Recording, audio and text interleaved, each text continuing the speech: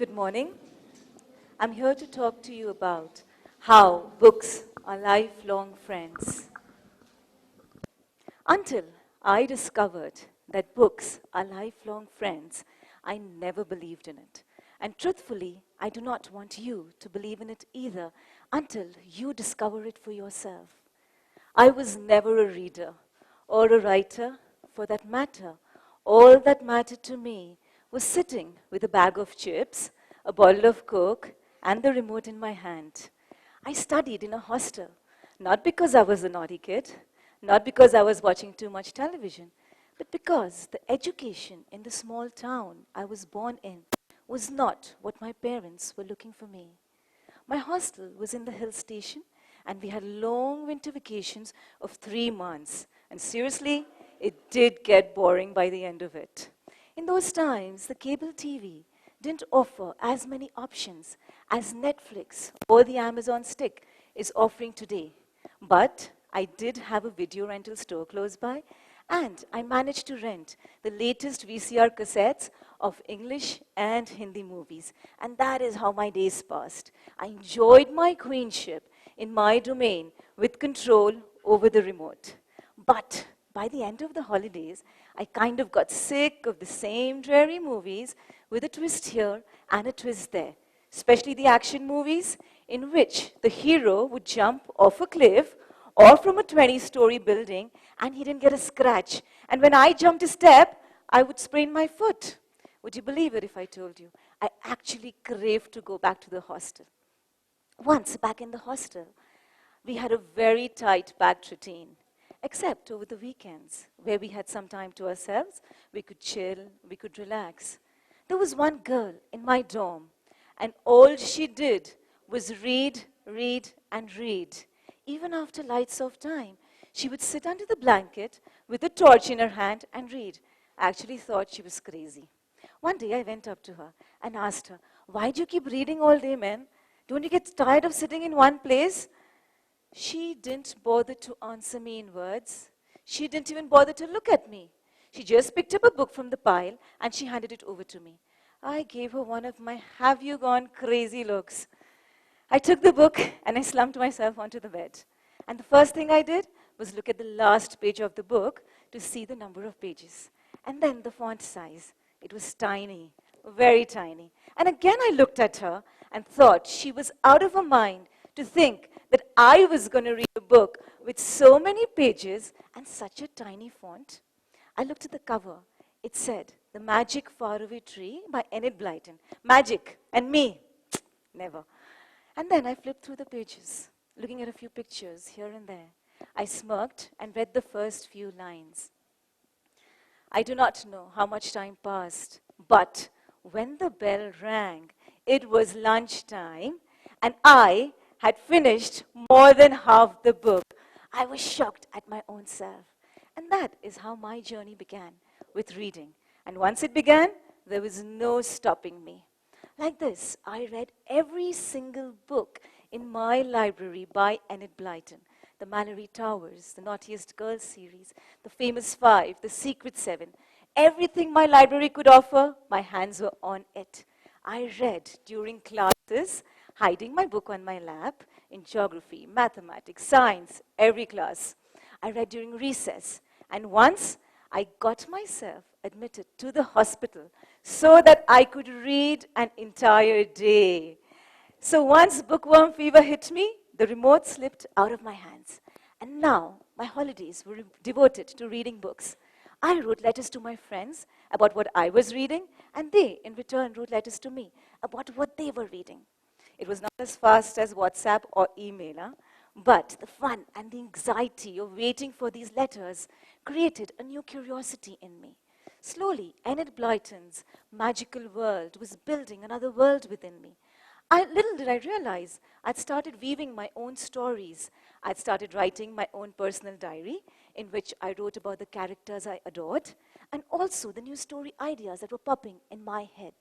I craved to go to the magical land of Enid Blyton and experience the same ecstasy. And the only way my craving was satisfied was by reading more and more. And the joy of reading, it ignited the writer in me. If there was anything in the world I wanted to become, it was a writer. I pestered everyone in my class about my dreams of becoming a writer. Literature became my favorite subject, and I paid keen interest in it. But slowly, as time passed, I moved on. My dreams vanished. I forgot that I wanted to become a writer. And out of the blue, I did jewelry designing. I did that well too. I got an All India award for it. And I made myself believe that I was born to be a jewelry designer. But I had no interest in it. And then there was a reunion of my friends from the hostel. And there was no way I was missing this one. I flew down to Delhi to attend the reunion. One of my friends came rushing to me and asked me, "Hey, are you a writer?" I said, "I'm a jewelry designer." "But didn't you want to become a writer?" she asked. I said, "Yeah, but I'm a jewelry designer now." She looked at me speechless. And her speechlessness made me speechless. And on my flight back, all I could think of was my days of writing, the days of Enid Blyton, and my dreams of becoming a writer.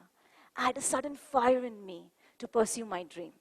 The very next day, I packed up all my designing papers, pens, colors, and pushed them inside a closet, and I pursued my dream. So it took one book given by a friend to ignite a passion. What are books? Books are stories, our stories. And who here doesn't like a good story? Haven't you ever told somebody, "Hey, guess what happened today?" There, most of you have. All of you have. You just told a story. What I have come to discover most is an idea can be best communicated through a story. And everywhere you go, you have a story. A child who comes back from school has a story to tell you. A man who's back from work has a story to tell you. The maid who comes to clean your house has a story to tell you. And when these stories are put on pen and paper, they become books. So, when somebody tells me I do not like reading, I do not believe them. Because everyone likes a good story. And if you didn't, you wouldn't like movies. And movies are nothing but a great visual depiction of a good story.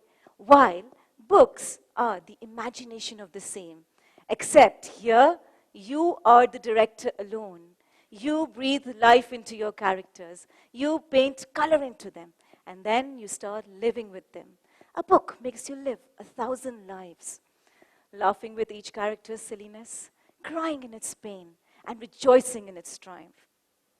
A book shows you that you have hidden empathy within you. And sometimes it shows you that you can be a villain too. And sometimes it makes you a hero who's larger than life. And when this hero accomplishes his dream, your conscience makes you believe that it was I who did it. And that is the power of books. A book is like a guru, always teaching you. It is up to you what you take from it. A book on space can teach you life beyond you. A book on love can show you that love is painful and satisfying. Some books have the ability to inspire you, while others may just entertain you for a few hours. And some have the potential to change your life. We all know Jack Dorsey, the co-founder of Twitter. Dorsey bestows each new employee with his favorite read, and he says that books have been his success metric. A man history will never forget, as the first African American president, Barack Obama, says that books have taught him compassion and empathy. They have taught him to understand others better. Mahatma Gandhi said that books have been his biggest source of inspiration, and the Bhagavad Gita has been his best companion and guide. Most of us are admirers of Bill Gates. Bill Gates, in his recent speech, said that students who graduate should not give up reading. It is very, very essential. So someone has gained empathy through books, someone made books their success metric, and someone the inspiration. You do not need to be anybody, a famous politician, an actor, a business person, or a writer. All you need to do to transcend a power of a book is to just open it. Open it with an open mind and heart, and it may just do wonders to your soul. You may just learn to love, to live, to achieve, to dream, to forgive, or maybe just to transform yourself. Just open a book and embrace it. Thank you.